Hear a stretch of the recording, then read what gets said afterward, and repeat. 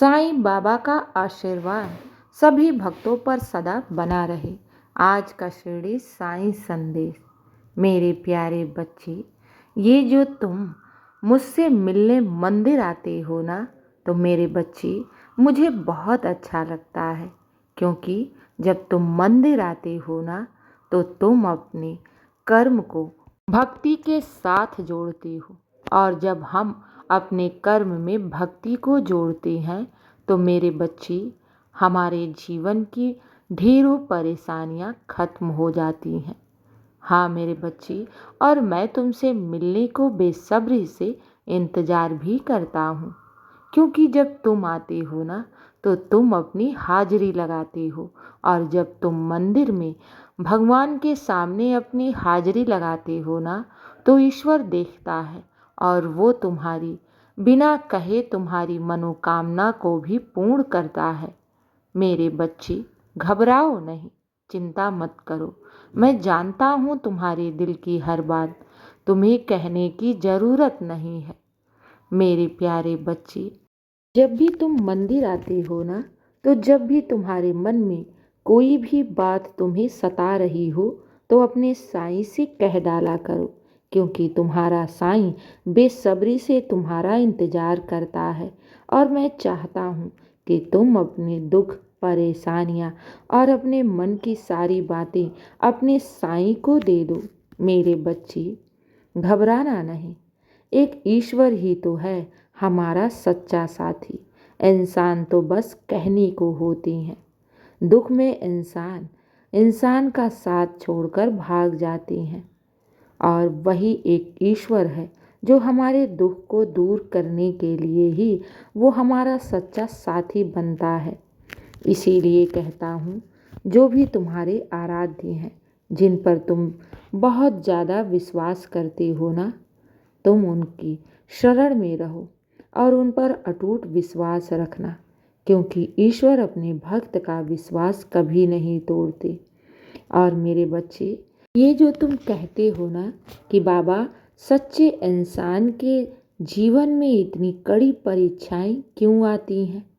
क्यों सच्चा इंसान, ईश्वर की भक्ति करने वाला इंसान दुखी रहता है?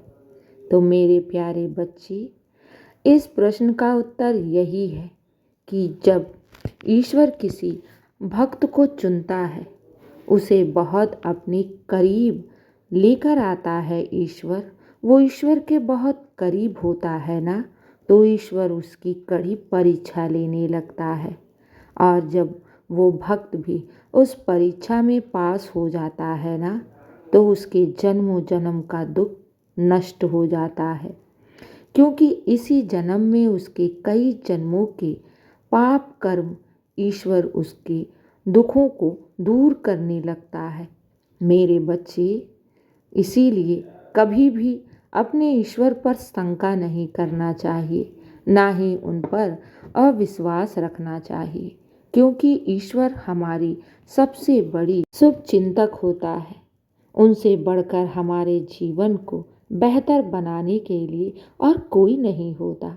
अगर हम ईश्वर पर विश्वास रखते हैं और उनकी चरणों में हम अपनी सारी परिस्थिति को छोड़ देते हैं, तो यकीन मानो, तुम्हें आज जो लग रहा है नामुमकिन सा, कल वो मुमकिन होते हुए तुम्हें स्वयं दिखने लगेगा। क्योंकि ईश्वर अपने भक्तों के जीवन में चमत्कार करते हैं, और जब वो चमत्कार करते हैं ना, तो पूरी दुनिया देखती रह जाती है।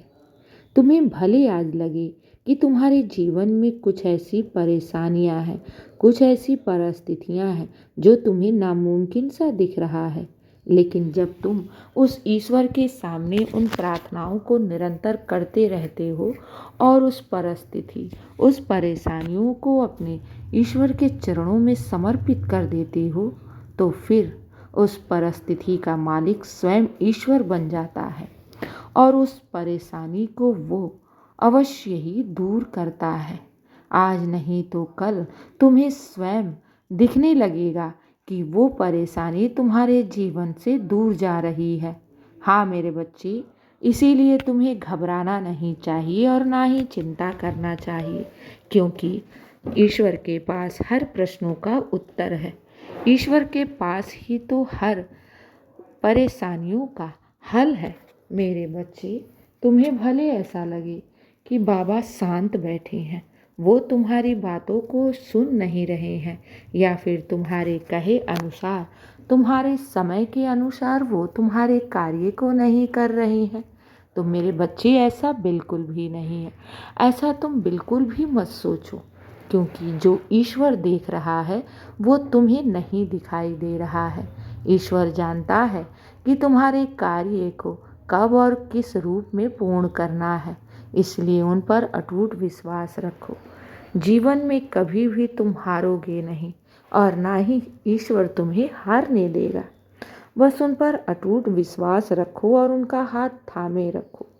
सब अच्छा होगा और सब उन्हीं के अनुसार ही होगा और सदैव तुम्हारा भला ही होगा। मेरे बच्चे, घबराओ मत। साईं का आशीर्वाद तुम पर विशेष रूप से बरस रहा है कि मैं जानता हूँ कि तुमने अपने जीवन में बड़े दुख काटे हैं। कड़ी से कड़ी परीक्षाओं का तुमने सामना किया है, अकेले ही सामना किया है, और कभी भी तुमने अपने अंदर के दुख, मन के दुख को जाहिर नहीं किया है। कभी किसी को ये महसूस नहीं होने दिया कि तुम बहुत मन से दुखी हो। खुद ही संघर्ष किया है, बहुत ही जीवन में उतार चढ़ाव का सामना किया है, और ये सब मैंने देखा है। मैंने तुम्हारी भक्ति देखी है, मैंने तुम्हारा सब्र देखा है, मैंने तुम्हारा संघर्ष देखा है, और यकीन मानो तुम इन कड़ी परीक्षाओं से उबर कर तुम बाहर आ चुकी हो, और अब तुम्हारी एक नई शुरुआत होने वाली है, जिसमें सिर्फ सफलताएं, खुशियाँ, बरकत, हर तरफ से खुशियाँ ही खुशियाँ होंगी। मेरे बच्चे, घबराओ नहीं, सब अच्छा होगा और सब तुम्हारे पक्ष में होगा, क्योंकि मैं बैठा हूँ ना तुम्हारे किस्मत को बनाने के लिए, तो तुम्हें किस बात की चिंता। खुश रहो और हमेशा मुस्कुराते रहो। दिन की शुरुआत मेरे आशीर्वाद से करो। तुम्हारा दिन शुभ ही शुभ और मंगल ही मंगल होगा। खुश रहो और हमेशा मुस्कुराते रहो। मेरा आशीर्वाद सदैव तुम्हारे साथ है और सदा रहेगा। शुभ प्रभात मेरे प्यारे बच्चे।